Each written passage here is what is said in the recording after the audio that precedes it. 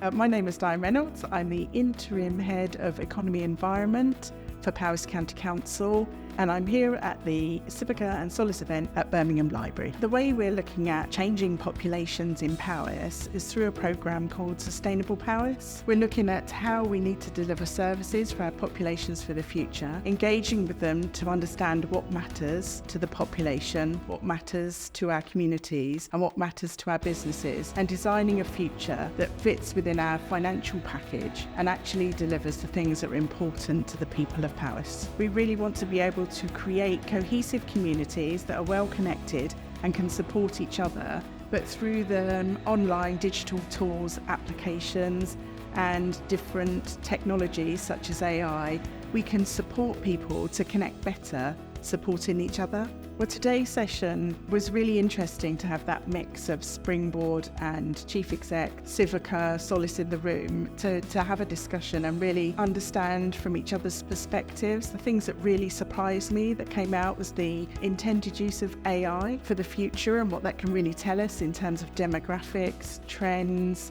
understanding of political and societal issues, and the use of data in terms of determining the future.